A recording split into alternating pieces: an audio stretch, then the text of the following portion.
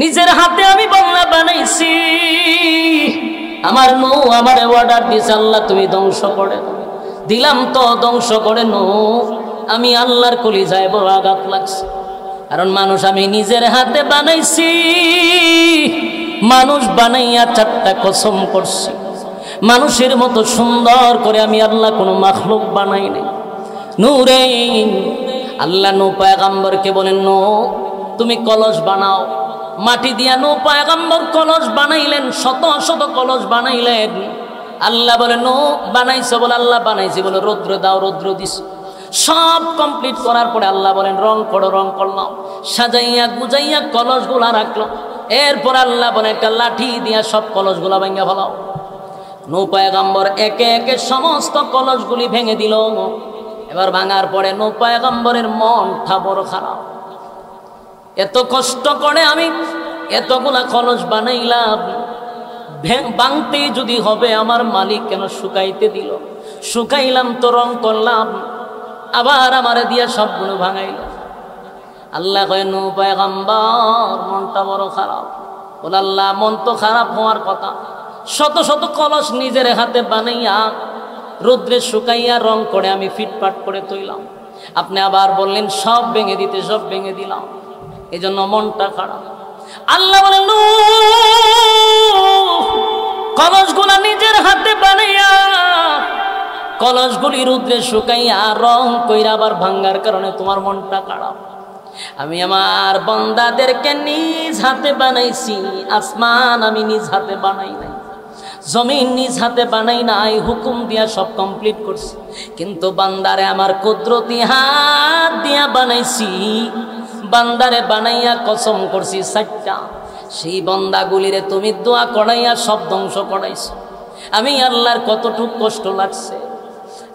যুবক ভাই, মালিকের মায়া, মায়া দয়া বেশি, মায়া দয়া বেশি। এই জন্য দেখবেন কেউ যদি সকাল বেলা আমার মালিকরে গালি দেয়, বিকাল বেলা আল্লাহ তার জন্য খাবার রেডি রাখে। বাস্তব না বাস্তব? নাস্তিকরা আমার মালিকরে গালি দেয়, কিন্তু নাস্তিকের খাবার রেডি। কারণটা কি? বলে আল্লাহর নাম রহমান। আল্লাহর মায়া দয়া খুব বেশি। মায়া দয়া বেশি হওয়ার কারণে গালি দিলেও আমার মালিক, গালি দিলেও বান্দার খাবার রেডি রাখে। নিয়ামত দিছি, নিয়ামতের কদর কর। করলি না? এমন কোন নবী নাই যাদেরকে পরীক্ষা করি নাই। ইউনুস পয়গম্বরকে 1 দিন 2 দিন নয় গো, মাছের পেটের ভিতরে আল্লাহ 40 দিন রাখছে। কয়দিন? ইউনুস পয়গম্বর নিজের উম্মতের প্রতি রাগ করে চলে গেছিল দেশ ছেড়ে আরেক দেশ।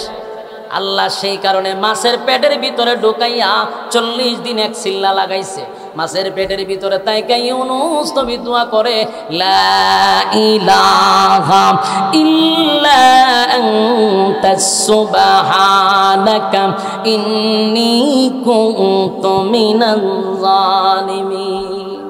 আল্লাহ বলেন, আমি ইউনুস পয়গম্বরকে সেখান থেকে উদ্ধার করছি যখন সে আমার শরণাপন্ন হয়েছে। বলুন কার শরণাপন্ন? আরো জোরে। বিপদে পড়লে, মুসিবতে পড়লে কার কাছে চাইব?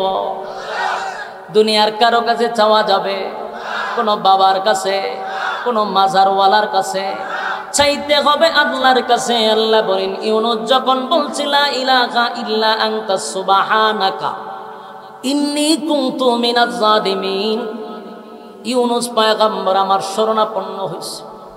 আল্লাহ বলেন, ফাস্তাজাবনা লাহু ওয়া নাজ্জাইনাহু মিনাল গাম্মি ওয়া কাযালিকা নুজিল মুমিনিন। রব্বে কারীম বলেন, ইউনুসের দোয়া কবুল করছি, শুধু তাই নয় তারে সুস্থ অবস্থায় ফিরাইয়া দিছি। আর আল্লাহ বলেন, ওয়া কাযালিকা নুজিল মুমিনিন, কিয়ামত পর্যন্ত যারা বিপদে পড়ে আমি আল্লাহর শরণাপন্ন হবে তাদেরকেও আমি হেফাজত করবো। সুবহানাল্লাহ। তাহলে পরীক্ষা তো আল্লাহ সবাইরই করছে। পরীক্ষা ছাড়া কেউ কোনোদিন গন্তব্যে পৌঁছতে পারে না। যুবক ভাইরা, নবীর যুগে সাহাবায়ে কেরামরা ঈমান আনতে গিয়া ঈমানের পরীক্ষা দিয়া জান্নাত পাইছে। কত সাহাবী আমার নবী দুনিয়ায় থাকতেই ঘোষণা দিছে, এ সাহাবী তুমি জান্নাতি, তুমি জান্নাতি, তুমি জান্নাতি। নাম দৌড়ে দৌড়ে বলছে তুই জান্নাতি। এই নিয়ামত কেমনে পাইল? পরীক্ষায় উত্তীর্ণ হয়েছে। সুবহানাল্লাহ। ছোট ছোট সাহাবীরা, একেবারে ছোট ছোট সাহাবীরা, যেমন আমার সামনে কতগুলা বই রয়েছে দেখেন, এইটা যতটা বই রয়েছে একটাই ওয়াজ না, বইয়ে বইয়ে এর সাথে কথা কয়, গল্প করে, মোবাইল টিপা টিপা। আমার সামনে বইয়ে মোবাইল টিপতে যায় অনেকক্ষণ ধরে খেলা মেলা। একটা দুইটা না, মালিক কিন্তু 4টা কসম করছে। কেন কসম করলো? মানুষ বানানোর পরে আল্লাহ 4টা কসম করে বলেন, লাকাদ খালাকনাল ইনসানা ফি আহসানি তাকওয়িম। আল্লাহ বলেন 4 কসম করে বলি, মানুষের চেয়ে সুন্দর আমি আল্লাহ করে বানাইনি। আসেনি? সুবহানাল্লাহ। ফেরেশতা বানাইয়া রব্বে কারীম বলে নাই ফেরেশতা তোরে সুন্দর করে বানাইছি। আসমান জমিন সৃষ্টি করে আল্লাহ বলে নাই সুন্দর করে বানাইছি। মানুষ তোরে বানাইয়া সুন্দর করে বানাইছি। 4 বার কসম করছে। এত ইজ্জত, এত সম্মান আর এত মর্যাদা কিন্তু আল্লাহ মানুষরে দিছে। এত সম্মান আর মর্যাদা মানুষকে দিল। সম্মানের দিক দিয়েও মানুষের সম্মান সবচেয়ে বেশি। নূরের তৈরি ফেরেশতা গুনার মজাটুকু বুঝে না, কিন্তু আল্লাহ ফেরেশতাদের চেয়ে সম্মান মানুষকে বেশি দিছে। মানুষ বানাইয়া আল্লাহ বলেন নূরের তৈরি ফেরেশতাদেরকে বলল, ও ফেরেশতারা, আমার মানুষ আদমকে তোমরা সেজদা করো। সমস্ত ফেরেশতারা আদম পয়গম্বরকে সেজদার মাধ্যমে বুঝাইয়া দিল ফেরেশতাদের চেয়ে সম্মানের দিক দিয়া মানুষের সম্মান বেশি। ফেরেশতাকে আল্লাহ বানাইল নূর দিয়া। ফেরেশতা গুনাহ কি জিনিস বুঝে না, গুনাহ বুঝে না, গুনার মজাও বুঝে না। এরপর আল্লাহ ফেরেশতার জন্য জান্নাত বানায় নাই। আল্লাহ বলেন আসমানের জন্য জান্নাত বানাই নাই, জমিনের জন্য জান্নাত বানাই নাই, সূর্যের জন্য জান্নাত বানাই নাই, সূর্যের জন্য চন্দ্রের জন্য জান্নাত বানাই নাই। আল্লাহ বলেন মানুষ তোর জন্য আমি জান্নাত বানাইছি। নিম্ন স্থলের একটা জান্নাতীকে আমার আল্লাহ বলেন এই পৃথিবীর 10টা পৃথিবীর সমান জান্নাত তোর নামে লিখে দিব। কোন রকম যেই ব্যক্তিরা জান্নাতে যাবে তার জন্য এই পৃথিবীর 10টা পৃথিবীর সমান। সুবহানাল্লাহ। 10টা পৃথিবীর সমান জান্নাত রব্বে কারীম নিম্ন স্থলের একটা মানুষের জন্য লিখে দিবে। শর্ত হলো পরীক্ষায় উত্তীর্ণ হতে হবে। বলুন কি শর্ত? কথা কই না, আমার কথা আপনারা কেন জানি? আল্লাহর হস্তে একটু হানা কর। 8-10-15 মিনিট পর্যন্ত সময় দিবেন না, সাইডা দিতাম হনো লক্ষণে তো বলছো তাড়াতাড়ি সাইডা দেন। আমরা এটাই বুঝাইতে চাইতেছে, আমার লাগে ডাবল সুবিধা। বলুন ফেরেশতার জন্য জান্নাত নাই, সূর্য চন্দ্রের জন্য জান্নাত নাই, মানুষের জন্য আছে, কিন্তু শর্ত হইল পরীক্ষায় পাস করতে হবে। পরীক্ষায় যদি কেউ পাস করে রব্বে কারীম বলেন কোন রকম যদি 1 নাম্বার পায় এই লোকটার জন্য এই পৃথিবীর 10টা পৃথিবী তার নামে লিখে দিব। আর ভালো নাম্বারে পাস করতে পারলে জান্নাতের অভাব নাই।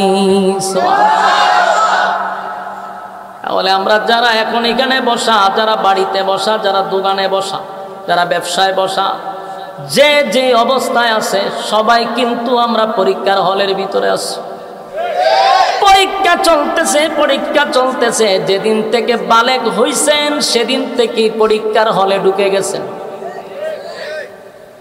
মালাকুল মউত আজরাইল আসার আগ পর্যন্ত পরীক্ষা চলতে থাকবে। সাবধান, যে কোনো কাজ করি মাথায় রাখতে হবে আমি কিন্তু পরীক্ষার হলে আছি। পরীক্ষার হলে আছি, যদি ফেল করি উপায় নাই, উপায় থাকবে না, উপায় থাকবে না, কারণ সময় খুব কম। আল্লাহ বলেন এই দুনিয়াতে তরে পাঠাইতে গিয়া আমি অল্প পুঁজি দিয়া পাঠাইছি, বেশি পুঁজি না। যেই পুঁজিটা দিয়া পাঠাইছি সেই পুঁজিরও একটা কসম আছে। হায়াত দিয়ে আল্লাহ কসম করছে, ওয়াল্লাহ সময়ের কসম। আল্লাহ কিন্তু সময় কোনটা বুঝাইছে জানেন? হায়াতকে সময় বুঝেছে। আল্লাহ বলেন সময়ের কসম, সময় যে দিল সেটারও কসম করছে। আল্লাহ বলেন সময়ের কসম, আল্লাহ ইন্নাল ইনসানা লাফি খুসর। আল্লাহ বলেন সময়ের কসম, নিশ্চয়ই তোমরা ক্ষতিগ্রস্ত, নিশ্চয়ই তোমরা ক্ষতিগ্রস্ত। আল্লাহ সময়ের কসম কেড়ে বলে আমরা ক্ষতিগ্রস্ত। আল্লাহ যদি কয় ক্ষতিগ্রস্ত তাহলে বুঝেননি অবস্থাটা কোথায় আছে আমাদের। আল্লাহ নিজেই বলে তোরা ক্ষতিগ্রস্ত। ইল্লাল্লাযীনা আমানু ওয়া আমিলুস সালিহাত। আল্লাহ বলেন যদি চার কাজ কেউ করে তারা ব্যতীত। আল্লাহ নিজেই কসম করে বলে আমরা ক্ষতিগ্রস্ত, ক্ষতিগ্রস্ত। কিন্তু চারটা কাজ করলে আল্লাহ বলেন তোমরা ইল্লাল্লাযীনা আমানু ওয়া আমিলুস সালিহাত ওয়া তাওয়াসাউ বিল হাক্কি ওয়া তাওয়াসাউ বিস সাবর। চার কাজ যারা করবে তারা ব্যতীত সবাই ক্ষতিগ্রস্ত। তাহলে চারটা কাজ যদি না করতে পারি তাহলে 100% আমরা ক্ষতিগ্রস্ত। কথা কি বুঝতেছে? যুবক ভাই, রব্বে কারীম আমাদের হায়াতের কসম করে বলতেছে বান্দারে তোরে যে আমি হায়াত দিলাম এই হায়াতের কসম করছি, ওয়াল আস সময়ের কসম। সেই সময়ের কসম করে বলতেছি তোরা ক্ষতিগ্রস্ত। আল্লাহ বলেন ক্ষতিগ্রস্ত যদি বাঁচতে চাই চারটা কাজ আমাদের করা দরকার আছে না নাই? চার কাজ যারা করবে না তারা ক্ষতিগ্রস্ত, তারা ক্ষতিগ্রস্ত, ক্ষতিগ্রস্ত। আজকে যারা প্যান্ডেলে বসছি চারটা কাজ আমাদের দরকার। এক নাম্বার হলো ইল্লাল্লাযীনা আমানু। এক নাম্বার হলো বান্দারে ঈমান আনতে হবে। কার উপরে? জোরে কও। এক নাম্বার হলো ঈমান আনতে হবে কার উপর? ইল্লাল্লাযীনা আমানু, ঈমান আনতে হবে আল্লাহর উপর। প্রশ্ন হইল হুজুর আমরা তো ঈমান আনছি, কথায় আমি যে বলছি ঈমান আনতে হবে, আমরা কি ঈমান ছাড়াই কেন বুঝছি? আপনারা যারা এখানে বসা, যাদের কানে আমার আওয়াজ যাচ্ছে তারাও বলবে হুজুর এক নাম্বার শর্ত তো আমরা পালন করছি, আমরা ঈমান আনছি। আপনারা যারা এখানে বলছেন ঈমানদার না বেঈমান? ঈমানদার। ঈমানদার বইলে তো মাহফিলে বসছে। কিন্তু এখানে একটা প্রশ্ন হলো ঈমান আনা সত্ত্বেও আল্লাহ বলেন ঈমান আনো আমি আল্লাহর উপর, কেন বলল? এক নাম্বার কারণ হলো ঈমান মাপার থার্মোমিটার আমাদের কাছে নাই। ঈমান মাপার থার্মোমিটার আছে? হ্যাঁ, জ্বর উঠলে এখন জ্বর পরীক্ষা করে, কি দিয়া পরীক্ষা করে? একটা থার্মোমিটার আছে, এটা হয় কেন লাগায়, আর নাইলে জিব্বাত লাগায়, লাগাইয়া দেখবে না কইব যে 103 102 জ্বর। এইটা দীক্ষা কেমনে কইল যেটা মাপার একটা থার্মোমিটার আছে, এটা দেওয়ার কারণে বুঝা লাগে এর জ্বর এত পয়েন্ট আছে। কিন্তু আপনারা যারা এখানে বসা সবার দাবি হলো হুজুর আমি ইমানদার, ইমানদার, ইমানদার। কিন্তু আমরা জানতে চাই আমাদের কাছে কি ইমানের থার্মোমিটার আছে? ইমানের থার্মোমিটার না থাকার কারণে সুদ করেও বলে আমি ইমানদার, ঘুষ করেও বলে ইমানদার, বেনামাজিও বলে ইমানদার, জেনা করেও বলে ইমানদার, লম্পট বদমাশগুলি চাঁদাবাজগুলি বলে আমরা ইমানদার। জোরে কোন ঠিক? ওপেন সুদ খায়ের জিগাইলে কব আমি ইমানদার।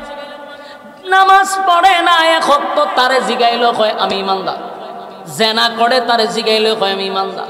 বেপরদায় চলে তারে জিগাইলে কয় ইমানদার। ঘটনা কি? কারণ হে দাবি করছে, আপনিও কিছু বলতে পারবেন না, কারণ আপনার কাছে থার্মোমিটার নেই। এর যে আপনি মাইপা দেখবেন এমন কোন মিশিং আছে?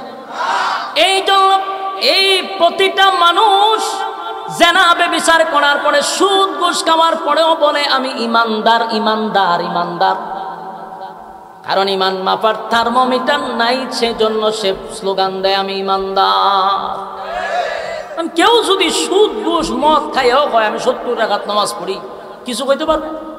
যেমন আমরা শেখ হাসিনার কিছু ছেলা ফেলা ছিল, যেমন আমরা নারায়ণগঞ্জের একজন নেতা ছিল শামীম ওসমান সাহেব, যে খেলা হবে যে বলে কথা না, খেলা হবে যে ব্যক্তিটা হুঙ্কার দিত।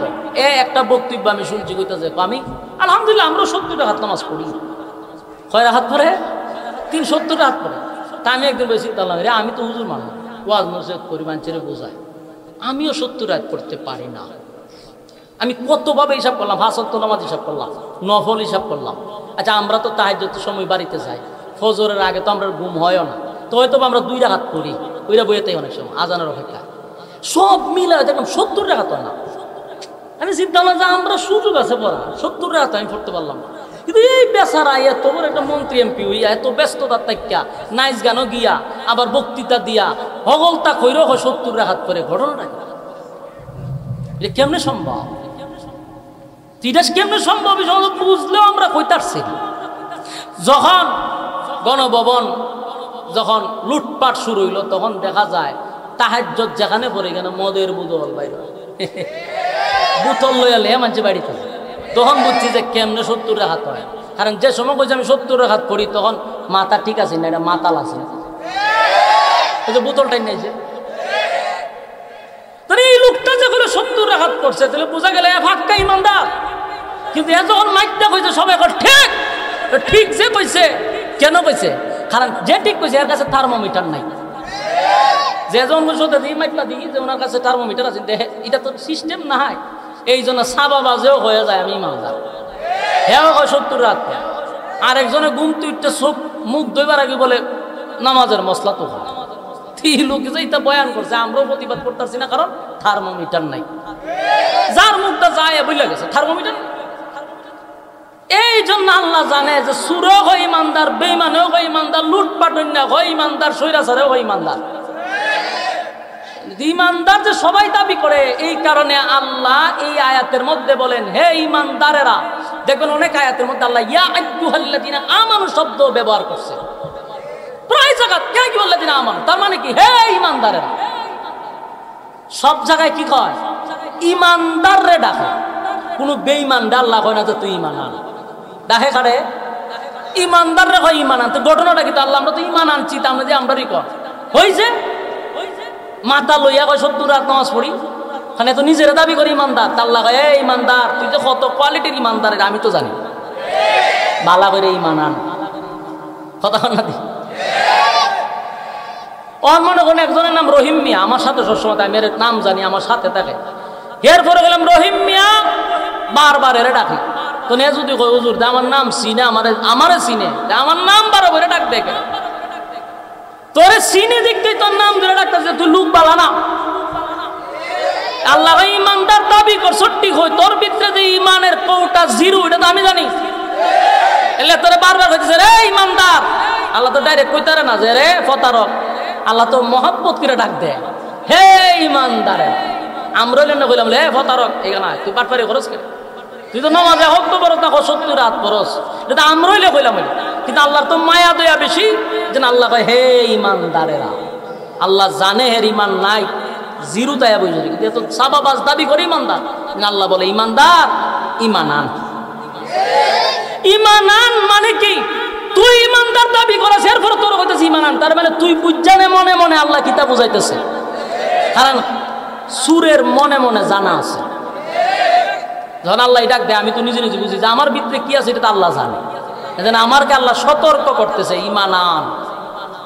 এজন্য আল্লাহ এই আয়াতে বলেন ওয়াল আসর, সময়ের কসম, ইল্লাল্লাযীনা আমানু, তোমরা ঈমান আনো আমি আল্লাহর উপর। সময়ের কসম, ঈমান আনো আমি আল্লাহর উপর, এক নাম্বার। ওয়া আমিলুস সালিহাত, নেক আমল করো। এরপরে কি কয়? ঈমানের পরে কি? এখন ঈমানের পরে কি? নেক আমল।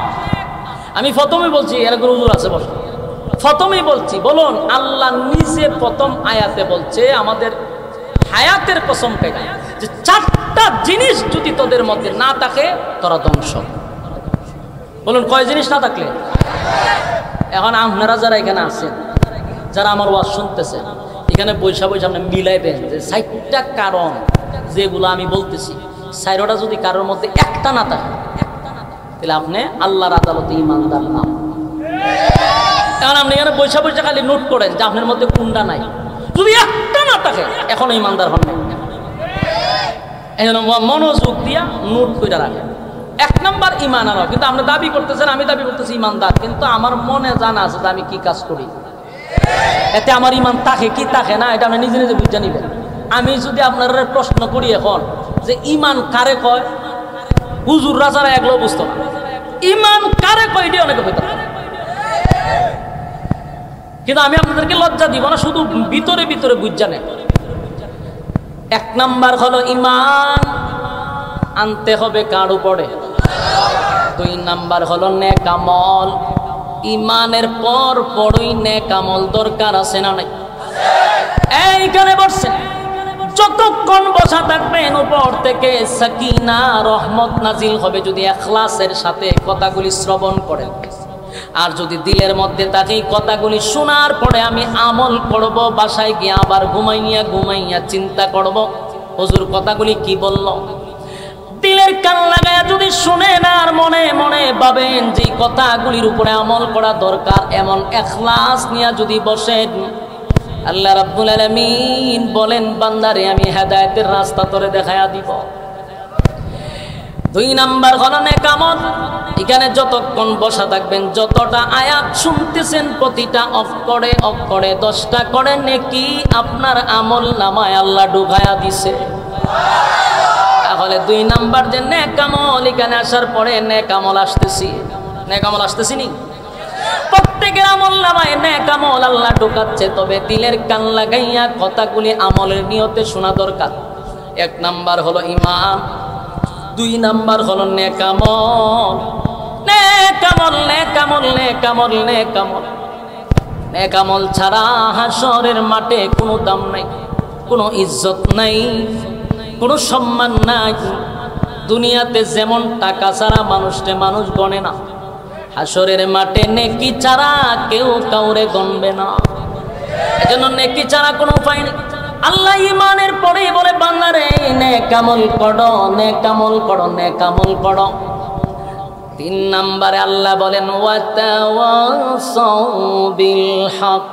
3 নাম্বার হলো হক কথাগুলি বলো। কি কথা?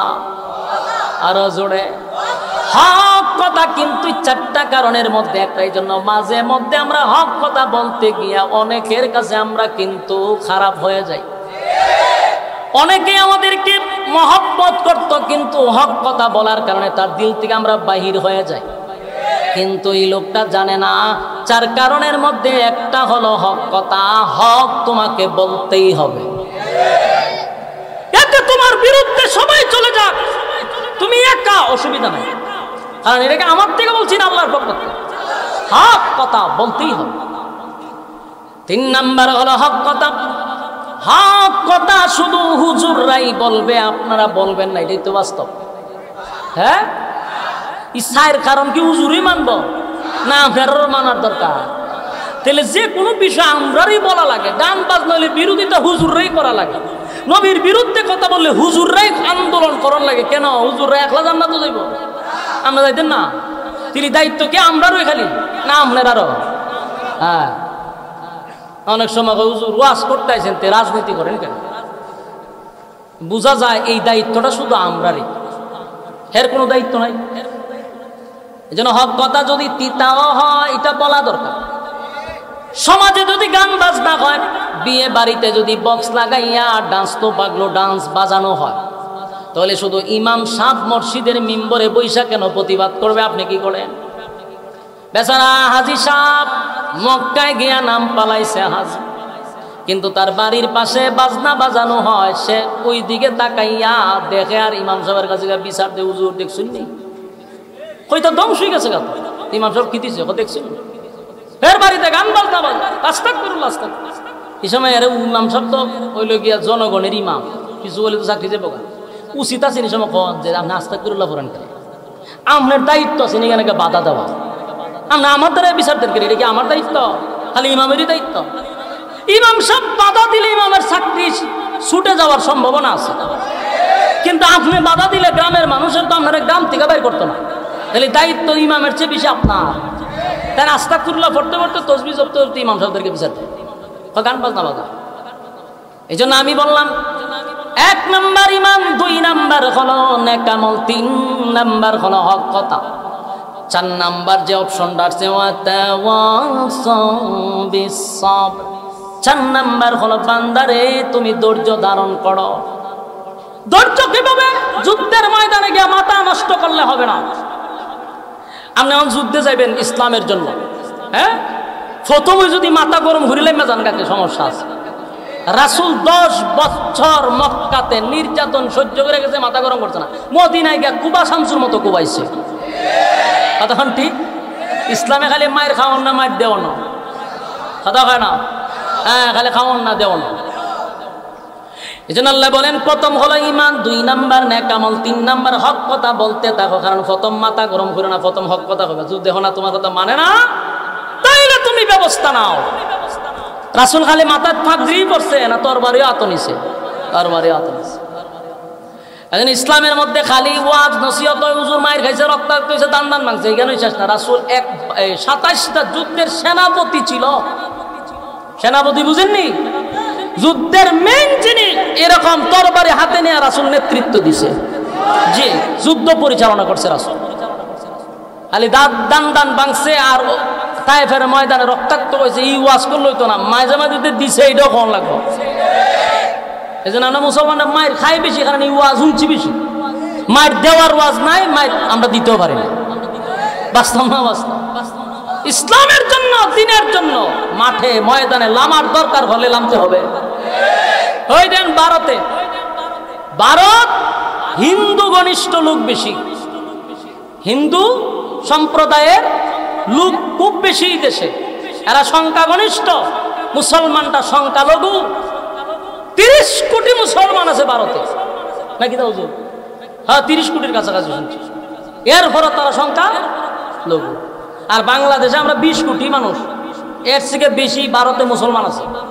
এরপরে তারা এই দেশে কিনা সংখ্যা ঘনিষ্ঠ না।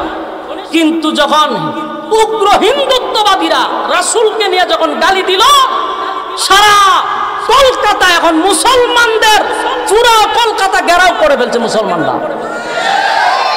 একজন সাংবাদিক এক মুসলমানকে প্রশ্ন করছে যে আপনারা যে আন্দোলনে নামছেন, এখন তো আপনারা সব বাদ দিয়া খালি আন্দোলন করলেই চলবো? আপনারা নিজের বাচ্চা কাচ্চার জন্য রোজগার করা তো দরকার, কাম কাজ করা দরকার, অফিস আদালতে যাওয়া দরকার, এইভাবে রাস্তাঘাট সব বন্ধ করে তো রাখছেন, ঘটনা কি? কি চমৎকার উত্তর দিছে এই লোকে জানেন? সে বলছে, যারে মিয়া রাসূলকে গালি দেয়, আমার ব্যবসাবাদ, আমার সন্তানাদিবাদ, আমার স্ত্রীবাদ, আমার আত্মীয় স্বজনবাদ সব এক সাইডে, নবী এক সাইডে। আমার নবীর বিরুদ্ধে কথা বলবে, আমার সংসার বুঝি না, বাচ্চা কাচ্চা বুঝি না, মা বাপ বুঝি না, রাসূলকে গালি দিছে, প্রতিবাদ। রাস্তায় নামছি, সমাধান না হওয়া পর্যন্ত আমরা ঘরে ফিরব না। দাদা বাবু, মানুষ দিকটা মাথা পুরা হ্যাং হয়ে গেছে। কাহেরা দেখছেন নি আপনারা কি পরিমাণ মানুষ? সুবহানাল্লাহ, পুরো একটা শহর ঘেরাও করে নিয়েছে মুসলমান। এই জন্য গায়ে ভাড়া দিয়া ঝগড়া করলে তখন যত দুর্বল মানুষই হোক, একটা সময় সে কিন্তু একটা সাইড দেয়। কুকুর আর বিড়ালের ঝগড়া দেখছেন? আমি অনেকবার দাঁড়ায় দেখছি। কুকুরটা সাইজে বড়, শক্তি বেশি, তো অনেক সময় বিড়াল দেখলে হে এইভাবে খুব ফেকম দিয়া যায়। তো বিড়াল জানে যে এর সাথে আমি শক্তি দিয়া পারবো না। তো বিড়াল দেখবেন একটু পিছে যাই আর লেজটারে খুব মোটা করে, আর এমন একটা ভয়ঙ্কর রূপ ধরে বিড়ালে। কুকুর এই রূপ দীক্ষা, কুকুরের মাথা নষ্ট, যেটা কি সুরত ধরল। তখন বিড়ালদের কাছে যখন কুকুর আরো আগায়, তখন দেখবে বিড়ালে যখন পিছে আর কিছু নাই, তখনই দেখা যায় হ্যাঁ 2 ফাও টাস করে মেরে দেয়। দেখছেন এরকম? আমি নিজে হারিয়ে দেখছি। 2 ফাও দিয়া যখন কুকুরের নাকে মুখে শুনে, কুকুর আর সখনও কিছু দেখে না, দেখুন তো দৌড় মারে, শেষে কিন্তু বিড়ালই বিজয় হয়। মুসলমানের যখন ফিট দেয়ালে লেগে যায়, তখন কিন্তু এমন সাইড মারে, তখন আমেরিকার মতো একটা শক্তিশালী দেশও লেজ গুটায়া পালাইতে বাধ্য হয়। বাস্তব না বাস্তব? হ্যাঁ, এটা বাস্তব, চিরবাস্তব। 20 বছর যুদ্ধ করছে আফগানিস্তানের সাথে, শেষে লেজটা গুড়াইয়া বাঁচছে। মুসলমান ইমানদার, এটা কখন? ইমানি জজবা আসতে হবে যদি রাসূলের বিরুদ্ধে কেউ কথা বলে, আল্লাহর বিরুদ্ধে যদি কেউ কথা বলে, আমার মা বাপ বুঝি না, এই কুলাঙ্গারের বিচার না হওয়া পর্যন্ত, তার জিহ্বা ছিঁড়ে কুত্তার নাস্তা বানানো না পর্যন্ত, এক শান্তি নাই। ভারতের মুসলমানদেরকে বলবো, আপনারা যে মিশন নিয়ে নামছেন সাকসেস না হওয়া পর্যন্ত ঘরে ফিরবেন না। যেটা আমাদের বাংলাদেশের কোমলমতি শিশুরা অতীতে দেখাইয়া দিছে। তারা মাঠে নামছে, একের পর এক পাখির মতো স্বৈরাচার গুলি করছে, ফিসপা হয় নাই, ফিসপা হয় না। শেষ পর্যন্ত সফলতা আসছে না নাই? এখনো পুরাপুরি আমরা সফল হইতে পারছি। এখনো দাদা বাবুর অনেক লোক এই দেশে আছে, বুঝছেন না যে অত শান্তি অত আশা আসছেন না, বিপদ এখনো রইয়া গেছে। কদিন আগে দেখছেন না শিক্ষাঙ্গন, যেখান থেকে মানুষ আদর্শবান হয়ে বাহির হওয়া দরকার, সেখানে হয় খুন খারাপি। কাদের ইঙ্গিতে কাদের ইশারা এগুলো হচ্ছে? সবচেয়ে নিরাপদ যেই জায়গা থাকার কথা সেখানে মানুষ হত্যা হচ্ছে। এর আগে একবার আবরার না কি যেন একটা ছেলে আসছিল, হ্যাঁ আবরার ফাহাদ, একবার তারে পিটায় মারছে, কিন্তু এই কলেজে বিশ্ববিদ্যালয়ে মারছে, বুয়েট, হ্যাঁ বুয়েট কলেজে, যেখানে আমরা এরা শিক্ষা দেয় যে শিক্ষা জাতির মেরুদণ্ড, এরা দি জাতির মেরুদণ্ড ভেঙেলা। একটা মানে এই কি কয় প্রতিবন্ধী বললেই চলে, হ্যাঁ লোকটা মা হারাইছে, বাবা হারাইছে, সব হারাইছে।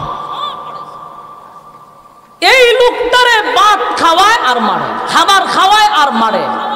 চতুষ্পদ জানোয়ারেরও মায়া আছে, কিন্তু এই সমস্ত শিক্ষিত নামের অশিক্ষিত গুলি, শিক্ষিত নামের কুলাঙ্গার গুলির কোনো মায়া দয়া তাদের কলি যায় নাই। আর একটা মানুষের মারবি তো খাওয়াইলি কেন, আর খাওয়াইলি তো মারবি কেন? কতক্ষণ মারে? খাবার খা, খাবার পরে যে খাওয়ান কি স্বাদ হইছে, হেও কয় হ মজ হইছে। এই লোকটারে তোরা কেমনে মারল? এই জন্য এখনো যে দেশ পুরা স্বাধীন হয়েছে মনে করেন না, কারণ 16 বছর 17 বছর যে স্বৈরাচার ভারতের ফুতুল যে দেশে ছিল, এখনো যে পুরাটা স্বাধীন হয়েছে এমনটা নয়। এখনো অনেক অনেক ভারতীয় দাদারা এখনো আছে বাংলাদেশে, সজাগ থাকতে হবে। আর আপনাদেরকে বলে, আমরা তো ব্রাহ্মণবাড়িয়া, তো আমরা এমনই গোটা বাংলাদেশের মধ্যে আলাদা এক জিনিস। ব্রাহ্মণবাড়িয়ার ডরার এমন কোনো দেশ নেই বাংলাদেশ। এরা রক্ত দিতে পারে, এরা জীবন সবার আগে দিতে পারে।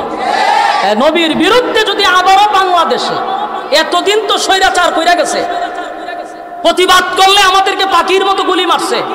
নতুন বাংলাদেশে যদি আবার কেউ নবীর বিরুদ্ধে, আল্লাহর বিরুদ্ধে, আলেমদের বিরুদ্ধে কলম ধরার চেষ্টা করে, তাদের অস্তিত্ব থাকবে না বাংলার জমিনে। এটা খুব জোরালো ভাবে বলতে চাই। আর প্রতিবাদ করা দরকার, কোনো সান নাই এই ব্যাপারে। আমার বাপরে গালি দে সহ্য করবো, মারা গালি দে সহ্য করবো, রাসূলকে নিয়ে গালি দিলে সহ্য করার ক্ষমতা আল্লাহ আমাদেরকে দেয় নাই। সম্মানিত শুধু এজন্য একটা কথা সবসময় স্মরণ রাখবেন, ইমানদার হইতে গেলেও আমাদের মধ্যে এই গুণগুলা থাকতে হবে। আপনি 5 ওয়াক্ত নামাজ পড়েন, আপনার মাথার পাগড়িও আছে, আপনার হাতে একটা তসবিও আছে, আপনি মক্কায় গিয়ে হজ করেছেন, সব ঠিকঠাক আছে। রাসূলকে গালি দিয়েছে, আপনার শরীরে কোনো হিটই হইল না, আপনার শরীরে কোনো হিটই আসলো না, আপনার খুব আসলো না, আপনি কিসের ইমানদার? হ্যাঁ, আপনি বছরে একবার মাথার থেকে ভাগরি লাগাইয়া আর আপনি মিছিল লইয়া বাইরে গেলেন, মিছিল শেষ জিলাপি খাই আপনি ঘুমাইলেন, 1 বছর পর আপনার ইমান জাগ্রত হয়। এই বন্ডামি বাংলাদেশের মানুষ আস্তে আস্তে সব বুঝতেছে। এর ভিতরে সারা বছর নবীর গালি দিলে কোনো ধরনের প্রতিবাদ নাই। প্রতিবাদ হলো কেরা নবীর আগমনে বাধা দিছে। বাস্তব না বাস্তব?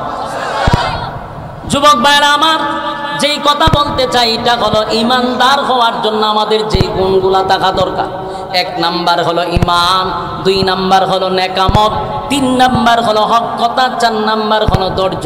আল্লাহ বলেন ওয়াল আস, সময়ের কসম করে বললাম, কোন সময়? যেই হায়াতটুকু তোদেরকে দিলাম 60 বছর 70 বছর, এই হায়াতের কসম করে বলি বান্দারে, ইন্নাল ইনসানা লাফি খুস, তোরা ক্ষতিগ্রস্ত।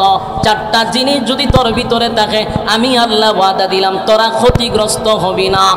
1 নাম্বার ইমান, 2 নাম্বার নেকামল, 3 নাম্বার হলো হক কথা, 4 নাম্বার হলো ধৈর্য। এই 4টা যাদের ভিতরে আছে, বলুন তো দেখি তারা ক্ষতিগ্রস্ত হওয়ার সম্ভাবনা আছে? যুবক ভাই, এই পৃথিবীটা হলো ক্ষণস্থায়ী। যদি আমরা পরীক্ষার হলে রেজাল্ট ভালো না করতে পারি তাহলে এবার আসুন কি হবে? রেজাল্ট যদি ভালো না হয়, ইন্না জাহান্নামা কানাত মিরসাদা, যে আয়াতটা আমি আপনাদের সামনে শুরুতেই তেলাওয়াত করছি, ইন্না জাহান্নামা কানাত মিরসাদা, নিশ্চয়ই জাহান্নাম তোমাদের জন্য উট পেতে বসায়া আছে। তো এক, ইন্না জাহান্নামা কানাত মিরসাদা, জাহান্নাম তোমাদের জন্য উট পেতে বসা। কাদের জন্য বসা? যারা সীমা লঙ্ঘন করছে, লিত্তাগিনা মাআবা লাবিসিনা ফিহা আহকাবা, যারা সীমা লঙ্ঘন করছে, পরীক্ষার হলে পরীক্ষা দেয় নাই, অনর্থক সময় নষ্ট করছে, লাবিসিনা ফিহা আহকাবা, যুগের পর যুগ সেখানে তারা অবস্থান করবে, লা ইয়াযুকুনা ফিহা বারদান ওয়ালা শারাবা, যুগের পর যুগ তুমি থাকবা, কিন্তু বান্দারে কোনো দিন তোমাকে একটু পানিও দেওয়া হবে না তৃষ্ণা নিবারণের জন্য। রব্বে কারীম বলেন তোমাদের জন্য ঠান্ডা পানিরও ব্যবস্থা রাখা হবে না।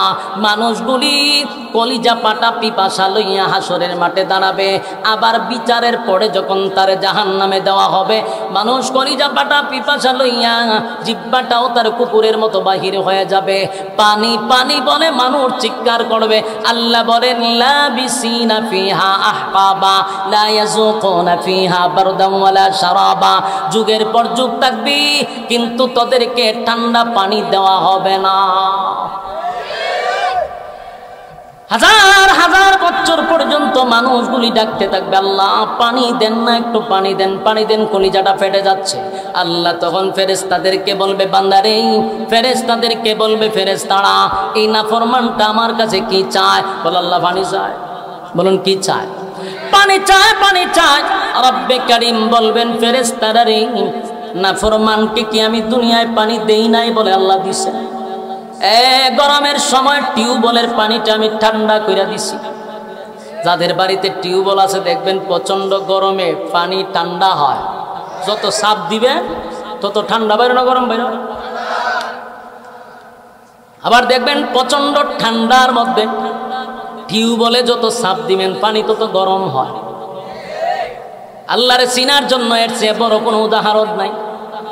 ঠান্ডার সময় পানি তো বরফ হওয়ার কথা, পানিটা হয় গরম, আর প্রচন্ড গরমের মধ্যে পানিটা হয় ঠান্ডা। আল্লাহ বলেন বান্দার আমি পান করাইছি, আমার দেওয়া নেয়ামত পাইয়া, আমার দেওয়া নেয়ামত খাইয়া বান্দা একবারের জন্য আমি আল্লাহর গোলামি করে নাই, আমি আল্লাহর কৃতজ্ঞতা প্রকাশ করে নাই। মন গড়া জিন্দেগি চালাইছে, যেমনে মনে চায় বান্দা এমনে চলছে।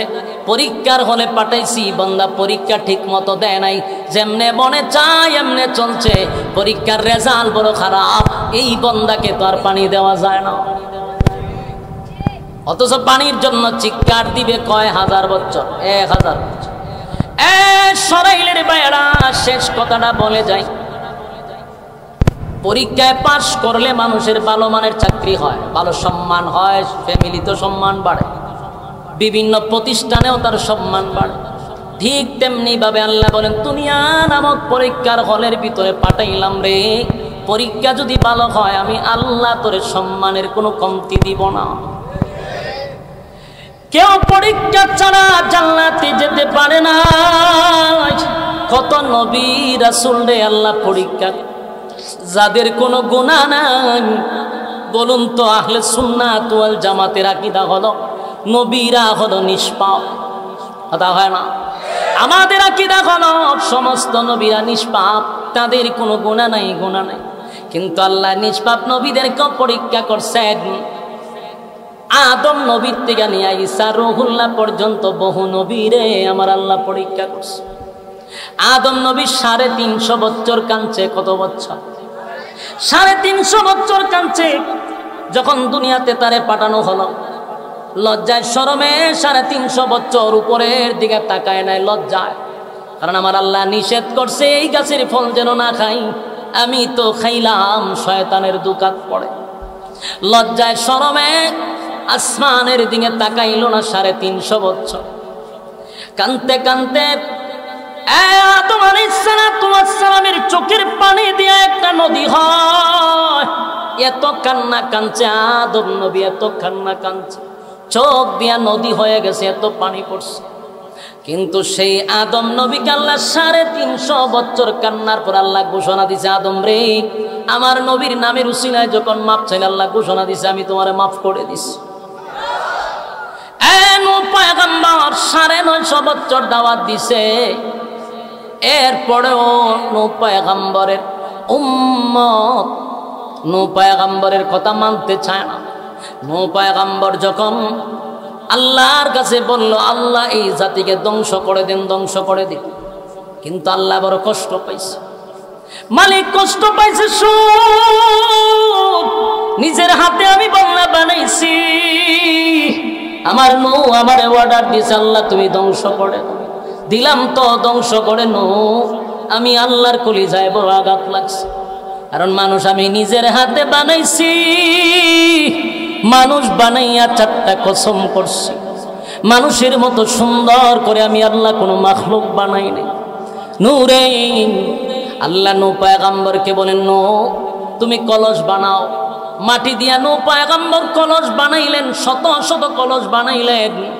আল্লাহ বলে, নূহ বানাইছো? বলে আল্লাহ বানাইছি। বলে রৌদ্র দাও, রৌদ্র দিস। সব কমপ্লিট করার পরে আল্লাহ বলেন রং করো, রং করলাম, সাজাইয়া গুজাইয়া কলসগুলা রাখলাম। এরপর আল্লাহ বলে একটা লাঠি দিয়া সব কলসগুলা ভেঙে ফেলাও। নূহ পয়গম্বর একে একে সমস্ত কলসগুলি ভেঙে দিল। এবার ভাঙার পরে নূহ পয়গম্বরের মনটা বড় খারাপ, এত কষ্ট করে আমি এতগুলা কলস বানাইলাম, ভাঙতে যদি হবে আমার মালিক কেন শুকাইতে দিল? শুকাইলাম তো, রং করলাম, আবার আমারে দিয়া সবগুলো ভাঙাইল। আল্লাহ কয়, নূহ পয়গম্বর মনটা বড় খারাপ। বলে আল্লাহ মন তো খারাপ হওয়ার কথা, শত শত কলস নিজের হাতে বানাইয়া রৌদ্রে শুকাইয়া রং করে আমি ফিটফাট করে তৈলাম, আপনি আবার বললেন সব ভেঙে দিতে, সব ভেঙে দিলাম, এই জন্য মনটা খারাপ। আল্লাহ বলেন, কলসগুলা নিজের হাতে বানাইয়া কলসগুলি রৌদ্রে শুকাইয়া রং কইরা আবার ভাঙ্গার কারণে তোমার মনটা খারাপ। আমি আমার বান্দাদেরকে নিজ হাতে বানাইছি, আসমান আমি নিজ হাতে বানাই নাই, জমিন নিজ হাতে বানাই নাই, হুকুম দিয়া সব কমপ্লিট করছি, কিন্তু বান্দারে আমার কুদরতি হাত দিয়া বানাইছি। বান্দারে বানাইয়া কসম করছি 4টা, সেই বান্দাগুলিরে তুমি দোয়া করাইয়া সব ধ্বংস করাইছো। আমি আল্লাহর কতটুক কষ্ট লাগছে। যুবক ভাই, মালিকের মায়া, মায়া দয়া বেশি, মায়া দয়া বেশি। এই জন্য দেখবেন কেউ যদি সকাল বেলা আমার মালিকরে গালি দেয়, বিকাল বেলা আল্লাহ তার জন্য খাবার রেডি রাখে। বাস্তব না বাস্তব? নাস্তিকরা আমার মালিকরে গালি দেয়, কিন্তু নাস্তিকের খাবার রেডি। কারণটা কি? বলে আল্লাহর নাম রহমান, আল্লাহর মায়া দয়া খুব বেশি। মায়া দয়া বেশি হওয়ার কারণে গালি দিলেও আমার মালিক, গালি দিলেও বান্দার খাবার রেডি রাখে। নিয়ামত দিছি, নিয়ামতের কদর কর। করলি না? এমন কোন নবী নাই যাদেরকে পরীক্ষা করি নাই। ইউনুস পয়গম্বরকে 1 দিন 2 দিন নয় গো, মাছের পেটের ভিতরে আল্লাহ 40 দিন রাখছে। কয় দিন? ইউনুস পয়গম্বর নিজের উম্মতের প্রতি রাগ করে চলে গেছিল দেশ ছেড়ে আরেক দেশ।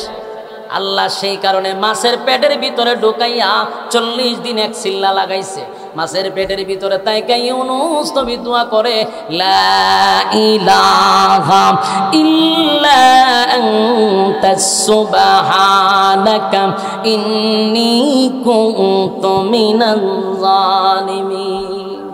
আল্লাহ বলেন, আমি ইউনুস পয়গম্বরকে সেখান থেকে উদ্ধার করছি যখন সে আমার শরণাপন্ন হয়েছে। বলুন কার শরণাপন্ন? আরো জোরে। বিপদে পড়লে, মুসিবতে পড়লে কার কাছে চাইব? দুনিয়ার কারো কাছে চাওয়া যাবে? কোনো বাবার কাছে, কোনো মাজারওয়ালার কাছে? চাইতে হবে আল্লাহর কাছে। আল্লাহ বলেন, ইউনুস যখন বলছিল লা ইলাহা ইল্লা আনতা সুবহানাকা ইন্নী কুনতু মিনাজ জালিমিন, ইউনুস পয়গম্বর আমার শরণাপন্ন হইছে। আল্লাহ বলেন, ফাসতাজাবনা লাহু ওয়া নাজ্জাইনাহু মিনাল গাম্মি ওয়া কাযালিকা নুজিল মুমিনিন। রব্বে কারীম বলেন ইউনূসের দোয়া কবুল করছি, শুধু তাই নয় তারে সুস্থ অবস্থায় ফিরাইয়া দিছি। আর আল্লাহ বলেন ওয়া কাযালিকা নুজিল মুমিনিন, কিয়ামত পর্যন্ত যারা বিপদে পড়ে আমি আল্লাহর শরণাপন্ন হবে তাদেরকেও আমি হেফাজত করব। সুবহান। তাহলে পরীক্ষা তো আল্লাহ সবাইরই করছে, পরীক্ষা ছাড়া কেউ কোনোদিন গন্তব্যে পৌঁছতে পারে না। এ যুবক ভাইরা, নবীর যুগে সাহাবায়ে কেরামরা ঈমান আনতে গিয়া ঈমানের পরীক্ষা দিয়া জান্নাত পাইছে। কত সাহাবী আমার নবী দুনিয়ায় থাকতেই ঘোষণা দিছে, এ সাহাবী তুমি জান্নাতি, তুমি জান্নাতি, তুমি জান্নাতি, নাম দৌড়ে দৌড়ে বলছে তুই জান্নাতি। এই নিয়ামত কেমনে পাইল? পরীক্ষায় উত্তীর্ণ হয়েছে। সুবহানাল্লাহ।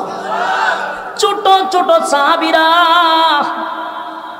একেবারে ছোট ছোট সাহাবীরা, যেমন আমার সামনে কতগুলা বই রয়েছে দেখেন, এইটার যতটা বই রয়েছে একটাই ওয়াজ না, বইয়ে বইয়ে এর সাথে কথা কয়, গল্প করে মোবাইল টিপা টিপে আমার সামনে বইয়ে মোবাইল টিপতে যায়। অনেকক্ষণ ধরে খেলা মেলা দেখতেছি, এরা সাথে কথা কোনো ওয়াজ করবে আমি সব করে বই রয়েছি।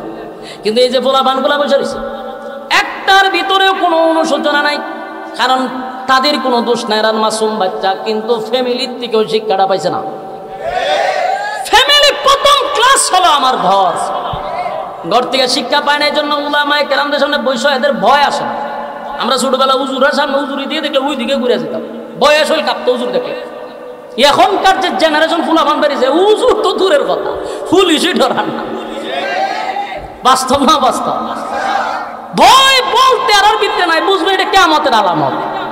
কথা কয় না হুজুর? আমরা যে বসছি হুজুরের সামনে দাঁড়ালে ফসরা বাইসা পড়ছে, ভয়ে শরীর কাঁপতো। বাড়ির থেকে এলে যদি দেখতাম যে বেত একটা গাছে, তো অবস্থা খারাপ হয়েছিল।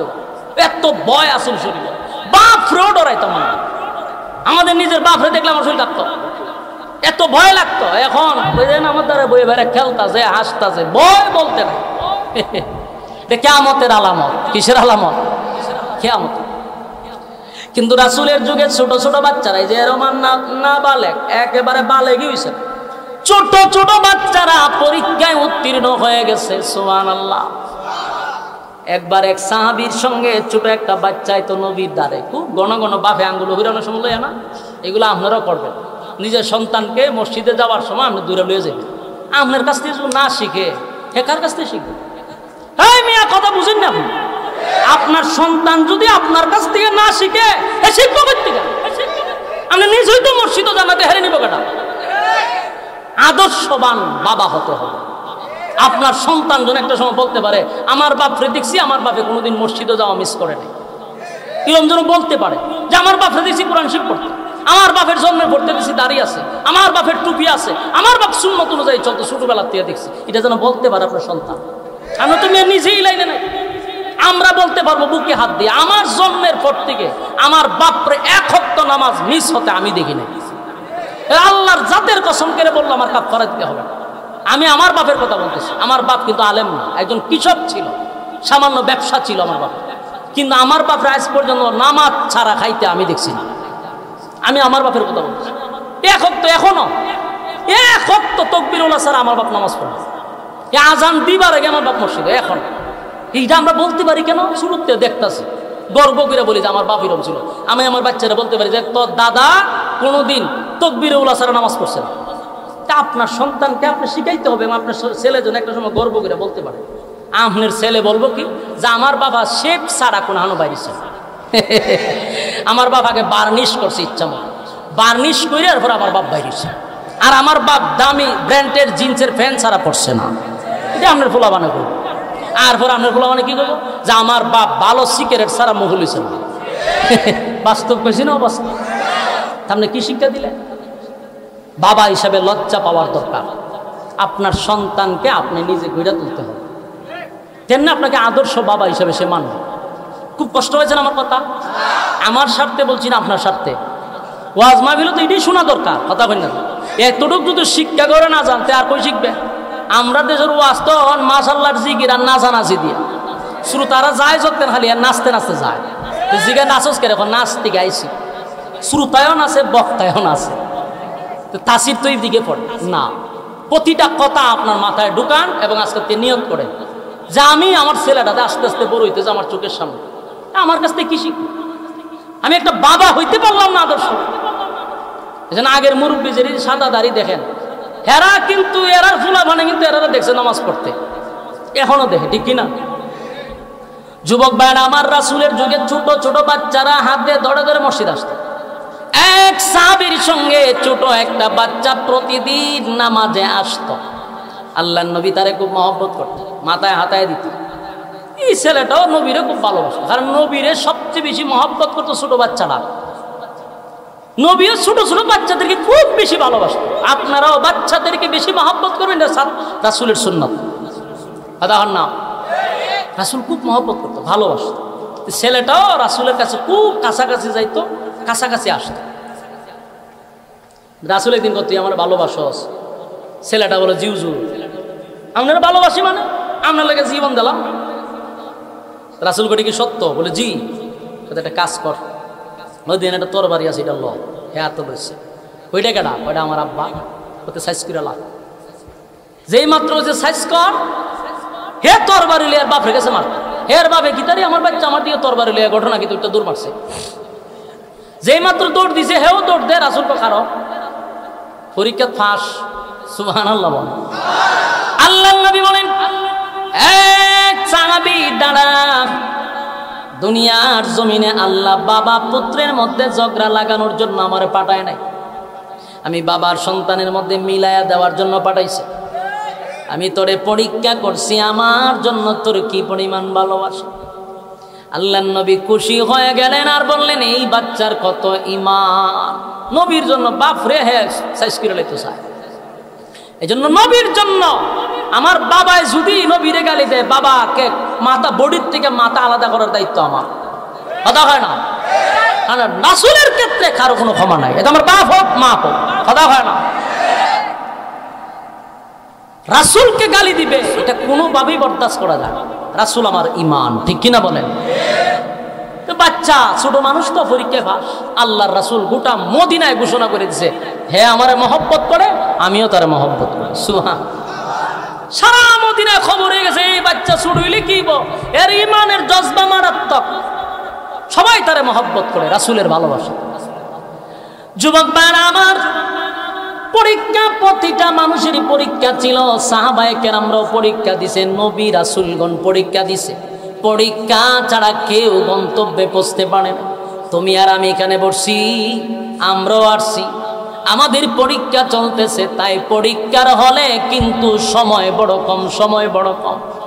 60 বছর 70 বছর এই আশা এখন বাদ দিয়া দেন। এখন মানুষ হঠাৎ মারা যায়, মানুষের হঠাৎ মৃত্যু হয়। সকালে বাহির হয়েছে ঘর থেকে ভালো মানুষ, গড়াইয়া শেষ। বাস্তব না বাস্তব? মানুষ হঠাৎ মারা যায় গো, 1 সেকেন্ডের কোনো ভরসা নাই, 1 সেকেন্ডের কোনো ভরসা নাই। বেড়াগিরি আর তাকব্বরি বেশি দিন থাকবে না। ক্ষমতাও কি মানুষের চিরস্থায়ী থাকে? ক্ষমতা শেষ হয়েছে নি? কথা কন্যা দি, ক্ষমতার খুব দাপট দেখাইছিল, আসেনি এখন। তাহলে ক্ষমতা বেশি দিন থাকে না, দুনিয়ার জমিন ও বেড়াগিরি বেশি দিন থাকে না। তাই মালাকুল মউত আজরাইল কোন সময় কার সামনে হাজির হয় কারো জানা নেই। এর আগে আমাদের ঈমানকে শক্ত করা দরকার, ঠিক কিনা বলে? ঈমানের জন্য সব বিসর্জন দিতে রাজি ইনশাআল্লাহ। কারা কারা ভাবেন হাত তুলে দেখায়া দেন। লিল্লাহে তাকবীর, লিল্লাহে তাকবীর। রাজি আছেন তো ইনশাআল্লাহ? হ্যাঁ, হাত তুলেন, একেবারে টান করে তুলেন। ঈমানের জন্য, ইসলামের জন্য সব করতে রাজি ইনশাআল্লাহ? তাহলে বিসমিল্লাহ কর, ডাইরেক্ট ফরওয়ার্ড হাত ঢুকায় দেন। দোকান হাত ফরওয়ার্ড, দোকান যা আছে সব বাইর করেন। এই রুমাল লইয়া যান। আপনারা কইছেন সব করতে রাজি। মসজিদ আল্লাহর ঘর নির্মাণের জন্য যার যতটুকু সামর্থ্য আছেন একটু হইলেও দিয়া শরীক থাকবেন। এই রুমাল লইয়া যান না, কমিটি সাইনবোর্ড হলা কই, যাদের গলায় সাইনবোর্ড আছে তাড়াতাড়ি যান, তাড়াতাড়ি যান। আউট কোনো লোক যেন না যায়। সাইনবোর্ড যাদের গলায় আছে তারা ভিতরে ঢুকেন, কেউ খালি হাতে যাবেন না। আপনার যতটুকু সামর্থ্য আছে শুধু শরীক হবেন। হাসরের মাঠে অল্প দানের মাধ্যমে আল্লাহ নাজাতের উসিলা করে দিতে পারে। খালি হাতে কেউ